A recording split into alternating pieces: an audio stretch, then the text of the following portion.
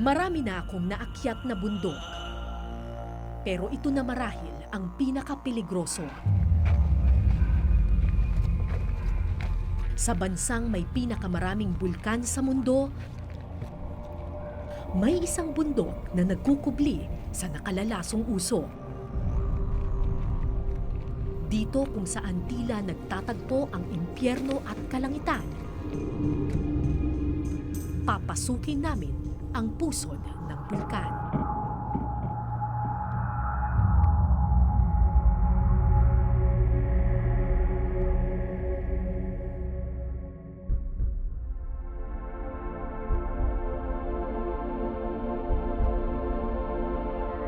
Ang bansang Indonesia ang pinakamalaking archipelago sa mundo. Isa ito sa pinakamayaman pagdating sa iba't ibang uri ng hayop at halaman. Pero lahat ng paraiso may kakambal na peligro. Kabilang ang Indonesia sa Pacific Ring of Fire. Ito ang bansang may pinakamaraming aktibong bulkan sa buong mundo. Pero gaano man kadelikado, maraming pamilyang Indones ang nabubuhay sa biyaya ng bulkan.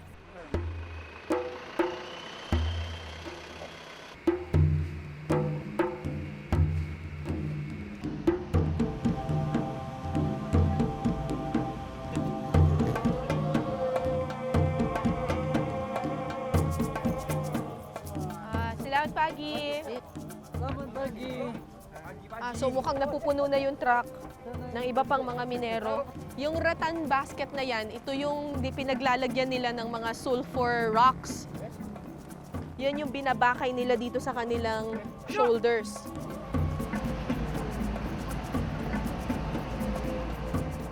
Sa araw na ito, sasama ako sa mga minero ng sulfur o asupre. Si Unaini, 65 years old, ang pinakamatanda sa grupo. How long have you been a sulfur miner? 40 tahun. Ya. 45 taon. Kaso kerja satu kali. Hindi biro ang trabaho ng minero. Bakas sa balikat ni Unaini ang 4 na dekadang kalbaryo. Kasi si tatay, mga more than 40 years na siyang nagbubuhat dun sa Cawaigen. At makikita mo, dito nila nilalagay yung rattan basket. Makikita mo rin, may marka na, oh. May lamat na dun sa kanyang likuran kung saan mismo bumabagsak or nakalapat yung yung rattan basket.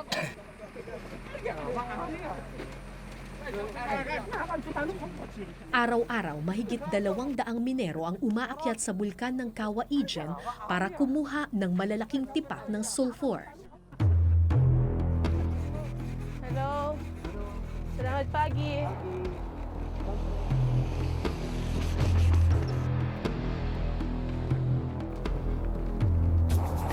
Sa taas na 2,799 meters o mahigit 9,000 feet, ang bulkan ng Ijen ang isa sa pinakamagandang bulkan sa Indonesia.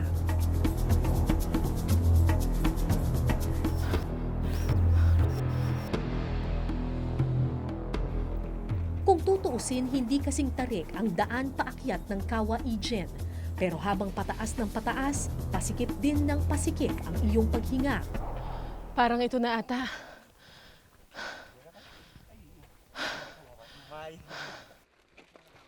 At makalipas nga ang ilang minuto, Sa wakas nakarating na rin tayo dun sa bunganga ng bulkan. Makikita mo, iba na yung kulay ng lupa dito. Manilaw-nilaw na siya kakulay ng sulfur. sa bunganga ng bulkan, isang dilaw na disyerto ng usok ang sumalubong sa amin. Animoy tumapak ka sa ibang daigdig.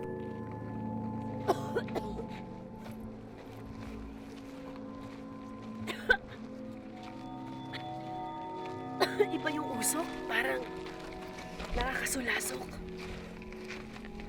Ano ba to?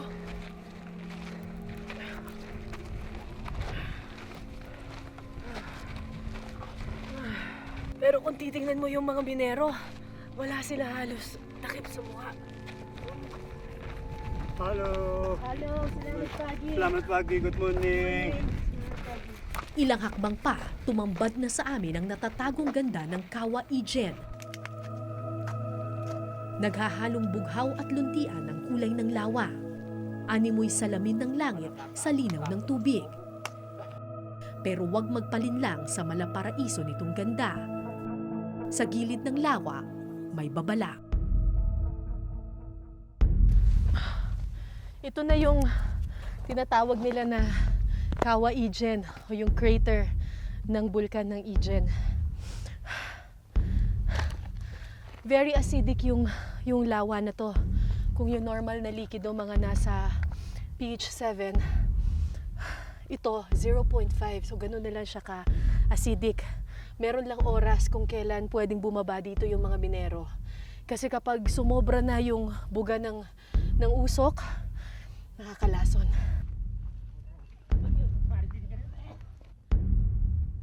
Taong 1796 nang unang pumutok ang bulkang ito. Sa lakas ng pagsabog, gumawa ito ng napakalaking crater lake. Pero dahil nananatiling aktibo ang bulkan, patuloy itong naglalabas ng makapal na sulfur at iba pang nakalalasong usok. Ito ang pakay ng mga minero. Okay? Ha? Okay? Okay? Okay?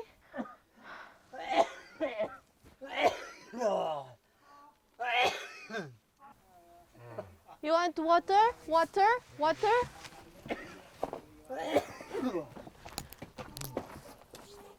Minum?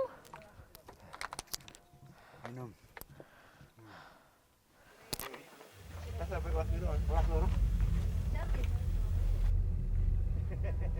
Habang lumalapit sa bunganga ng bulkan, lalo ring kumakapal ang usok.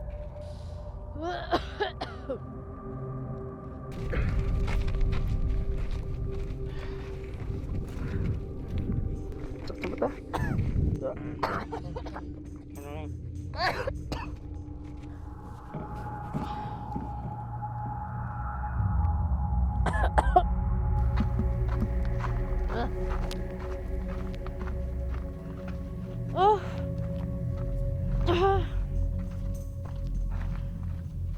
Mahapdi sa mata.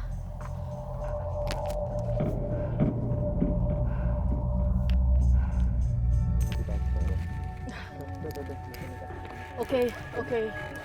Okay. Okay. Okay. Oh, terima kasih. Sa isang punto, hindi na kinaya ng aking baga ang kapal ng usok. Napilitan akong magsuot ng gas mask na aming dala.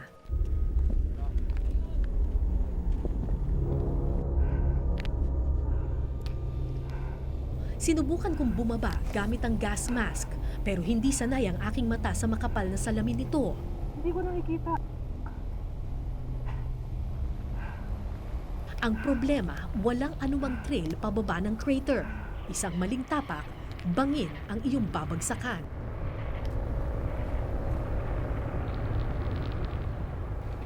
Hindi ko kaya to. Ang problema dun sa gas mask, nakakahinga ka nga pero parang ano yung vision. Hindi malinaw eh, parang blurred eh. Tsagain ko na lang dito. Dahil pabago-bago ang galaw ng hangin, patigil-tigil rin ang grupo para maiwasan ang nakakasakal na amoy ng asupre.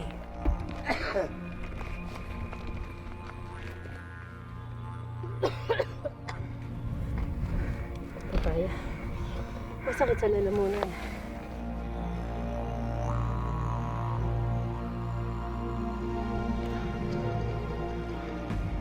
Kaya pa, kaya. At matapos ang ilang minutong pakikipagpatintero sa usok, narating din namin ang bunganga ng bulkan. Oh, wow!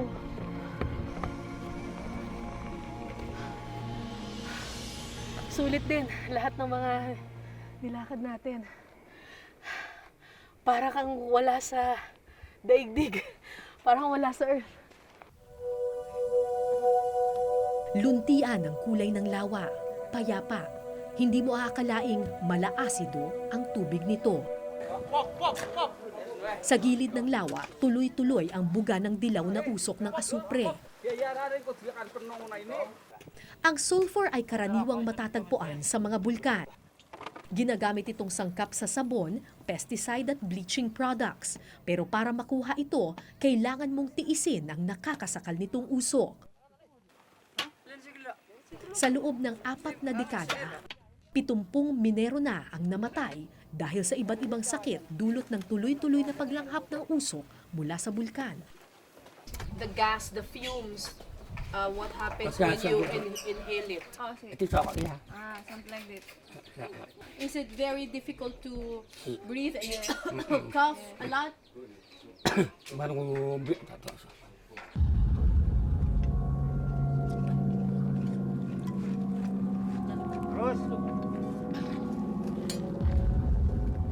Gaano man kapiligroso, tuloy ang mga minero tulad ni Unayni sa pagtatrabaho.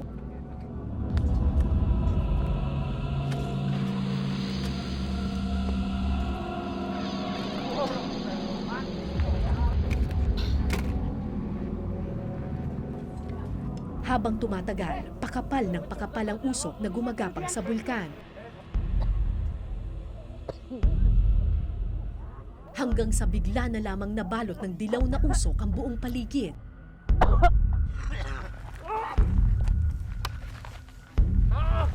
Okay, Jeffrey. Yeah.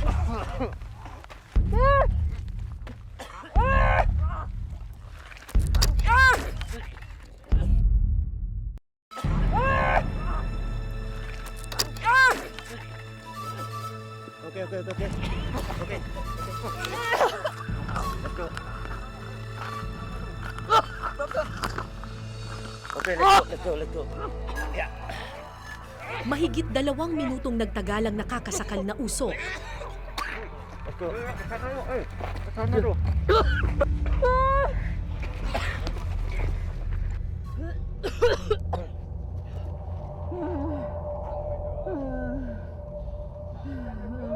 May oras lang itong lugar na ito. Kailangan by 2 o'clock, maalis na lahat ng tao dito kasi dumadami na yung usok. Anong oras na ba? 12:21 pa lang. Wait.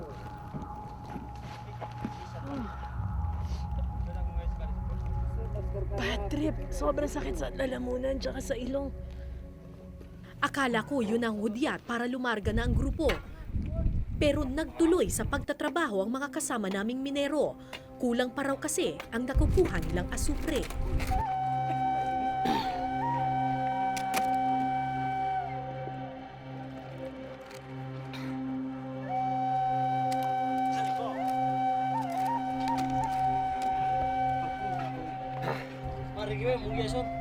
Natural na lumalabas mula sa mga butas ng bulkan ang sulfur. Para makuha ito, naglagay ang isang mining company sa Indonesia ng mahigit 100 tubo sa paligid ng bulkan. Kapag pumasok ang usok sa tubo, magpapawis ito at magiging malapot na likido. Pero ang mas malaking kalbaryo ay kung paano iaakyat ang mga nakuhang bato.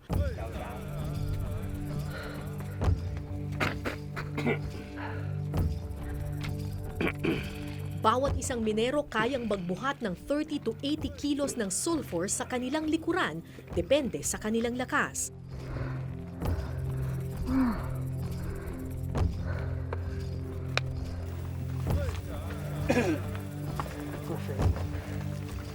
Pasado 1:00 na nang matapos ang trabaho. Kumakapal na ang usok. Kailangan makalabas ng lahat sa crater bago mag-2:00 ng hapon.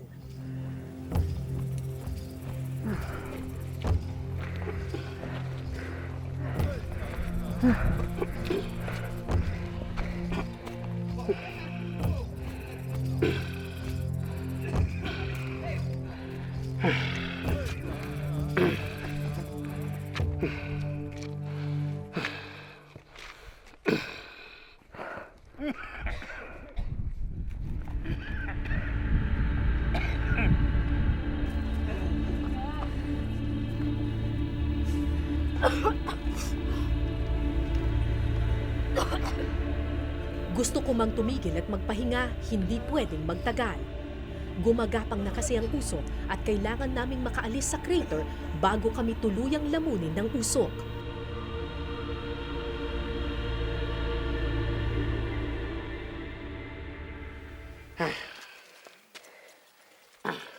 Liban sa kanyang damit, walang anumang panglaban sa usok si Unayni. Sa edad na 65, hirap na ang matanda. Until when are you going to become a sulfur miner? Sila, nga po siya kinatiyo mga anet eh. Makiprenat ko repat. Iya makirepa ka ikuyat pala ako, standi ang piyan ulong. Iya marini magkandis, kaya may numero ano. Digi ko na pa. Hindi ko alam kung saan sila humuhugot ng lakas. Pero sa mga taong naghahabol ng kabuhayan, walang pagod na katawan o matarik na daan. Pero may hangganan ang lahat ng kalbaryo. At makalipas nga ang isang oras, Thank you, Lord. Okay na. Okay na.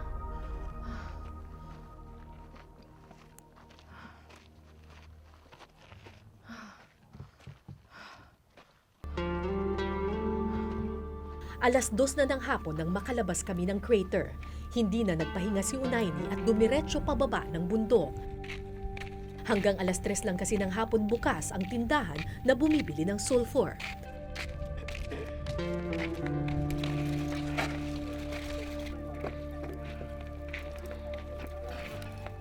Nakahinga ko ng maluwag nang marating namin ang paanan ng bundok. Timbang.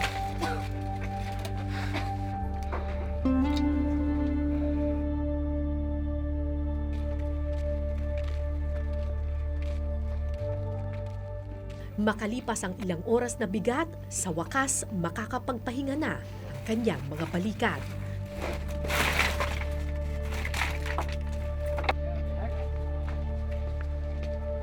Matyaga kaming naghintay sa biyayang kapalit ng ilang oras na kalbaryo.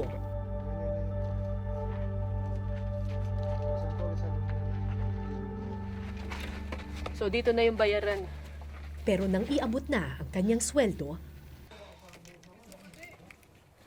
Magkano pong binayaran sa inyo? How much bayaran? 20,000, 20,000, 24,000 and how and candy? Candy talaga yung pinambayad. Yung 24,000 parang equivalent yun ng mga siguro mga nasa $2. So, wala pang 100 piso. Tsaka 2 candy. sa loob ng 4 na dekada, ang kakarampot na kita sa pagbubuhat ng asupre ang ginamit ni Unayni para buhayin ang kanyang asawa at 5 anak. Ngayon, hindi na lang siya ang umaasa sa usok ng bulkan, pati na rin ang kanyang panganay na si Miss Lani. Why did you become a miner? Ini satu-satunya jalannya mencari uang sana yang lancar. Ya cita-citanya tinggi sebenarnya, tapi orang tua tidak mampu. Cita-citanya, ya pinginlah jadi apa mbak? Pengen sekolah terus, kepingin. Tapi orang tua tidak mampu. What is this dream? What is your big dream? Yes, ngukang lah. Tidak mampu mbak, tidak nutut. 14 na taong gulang lamang si Miss Lani nang magsimula siyang magbuhat ng sulfur. Ngayon, sa edad na 29, may kalyo at bukol na rin ang kanyang balikat tulad ng sa ama. Is it very painful? Yes, But you still carry even if it's painful? demi anak-anak mencari uang mbak. Kaya pagsapit ng dilim, larga muli si Miss Lani patungong Kawa-Ijen. Alauna ng madaling araw ngayon at umaakyat na naman kami ng bundok. Kasi sabi nila, kung gusto mo daw talaga makita yung tunay na ganda ng Kawa-Ijen, you will see it in the night up to the early morning, yung sunrise. Sabi dito ng kaibigan ko si Miss Lani, meron daw mga blue flame na lumalabas dun sa bulkan. Kapag gabi, there's blue flame? Yes, betul. Yes, Very beautiful? betul. Okay. Gabi-gabi may lumilitaw raw na asul na apoy sa bulkan ng Ijen. Totoo kaya ito? Walang ibang paraan kundi muling pasukin ang bulkan. Yung ibang mga minero, talagang mas pinipili nilang mag-hike kapag gabi. Kasi yung usok, less yung usok, hindi ganun karami. Tapos at the same time, gusto nila makauna dun sa sulfur. Hindi lang dilim ang kalaban mo sa isang night trek tulad nito. Bumabagsak hanggang 5 degrees o minsan 0 degrees Celsius ang temperatura sa Kawa Ijen. Nandito na tayo. Pero ito pa lang yung bunganga, bababa pa tayo. Yun ang medyo challenge kasi alam naman natin na yung pababa doon sa mismong lake, talagang mabato. Doble ang hirap ng pagbaba sa crater pag madilim. Isang maling tapak, bangin ang babagsakan.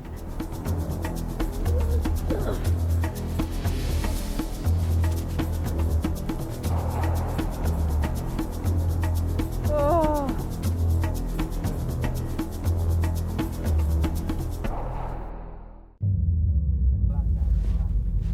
Kumbali.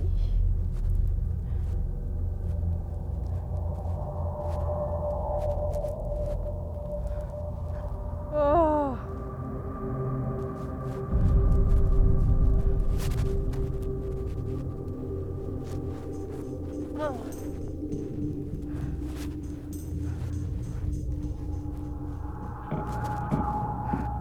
Alas 3 na ng madaling araw nang marating namin ang pusod ng bulkan. Makapal na ang usok at masakit sa mata.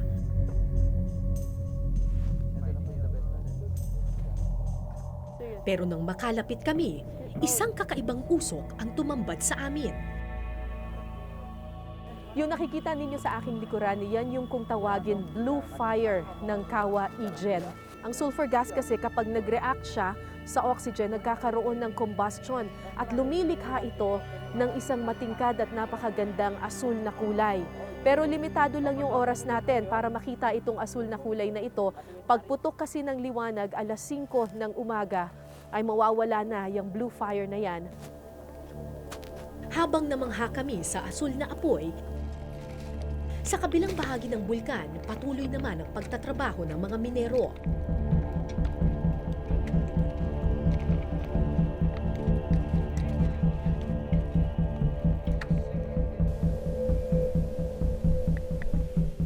Aminado si Miss Lani na delikado ang kanilang trabaho. Pero gagawin niya ang lahat, huwag lang masadlak sa parehong kapalaran ang kanyang mga anak. Ya mungkinlah anak-anak tahun depan bisa saya didik cita-citanya saya ke anak saya ingin jadi apa dokter, polisi lah. You want them to be a doctor or Iya, a policeman? iya polisi ya. Not minor, No, no. ini sulfur no good. Not sulfur, Yeah. not good. This gas no good guys. Why? You can die? What happens when you inhale the gas? Bisa meninggal, langsung mati, langsung aid. Bukan sakit lagi, takut mati. Ya itu. Kebancut yang uang, Mbak. Lumipas ang isang oras, lalo pang kumapal ang usok. Nagluluha na ang mata ni Miss Lani, kaya hinimok namin siyang lisanin na ang lugar. Pero kulang pa raw ang sulfur na kanyang nakukuha.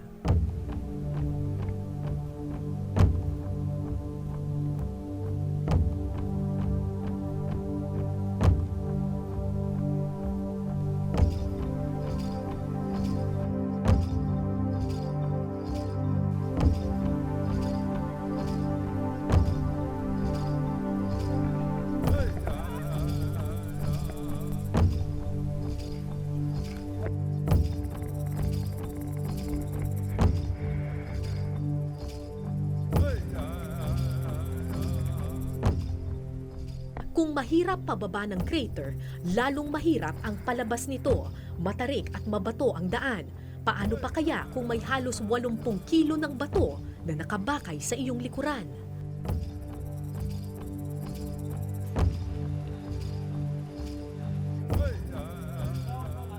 Mahina man ang paa, mahina man ang baga, nung mga oras na iyon, tanging lakas na lang ng panaginip ang pinairal ni Miss Lani. What is your dream right now? Cita-citanya sing ono sembawai. Cita-citanya ya iku. Gusto di penambang iku sembah. Insya Allah ada cita-cita. Diteruskan sekolah.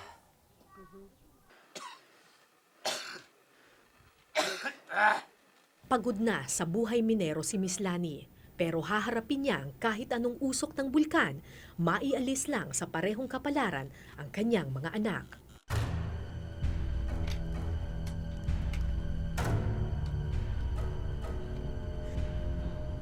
Alas 4:30 ng madaling araw, unti-unti nang gumapang ang liwanag. Pagod na ako, pero hindi pwedeng tumigil. Kasabay kasi ng paggapang na liwanag ang paggapang muli ng makapal na usok. Makalabas pa kaya kami sa impyernong ito?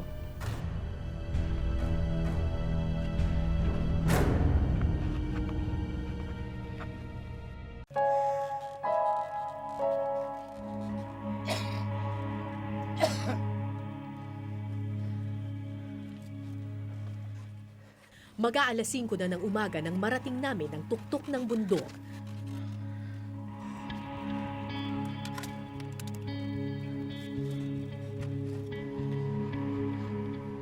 Sa wakas, nakalabas din kami sa mausok na bunganga ng bulkan.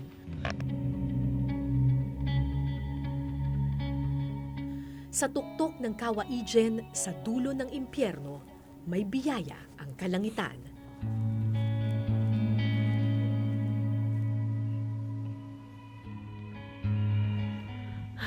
Sulit na rin.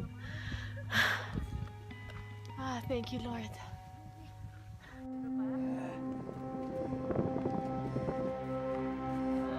Ito na marahil ang pinakamahirap na bundok na tinahak ng aming eyewitness team. Hindi dahil sa tarik, hindi dahil sa lamig. Kundi dahil sa impyerno ng usok na bumalot sa amin.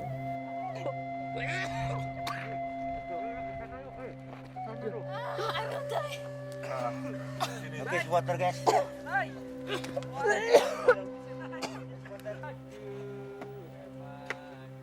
Pero dito rin namin nakita ang ilan sa pinakamatatag na ama na aming nakilala. Mga minerong handang magpasan ng mundo alang-alang sa kanilang mga anak. Yes.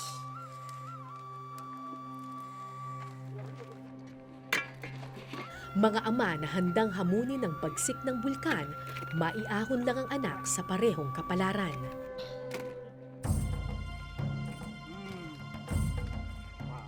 Sa mga lugar kung saan tila nagtatagpo ang langit at impyerno, lakas ng loob at tibay ng panaginip ang kanilang sandata sa marahas na mundo.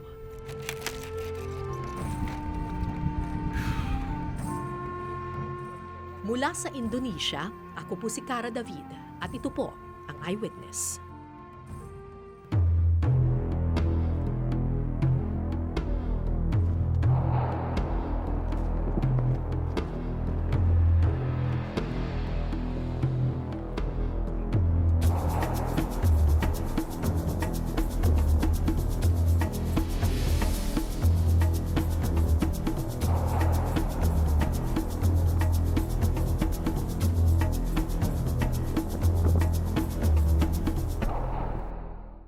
Maraming salamat sa pagtutok ninyo sa Eyewitness, mga kapuso. Anong masasabi ninyo sa dokumentaryong ito? I-comment nyo na yan. Tapos mag-subscribe na rin kayo sa GMA Public Affairs YouTube channel.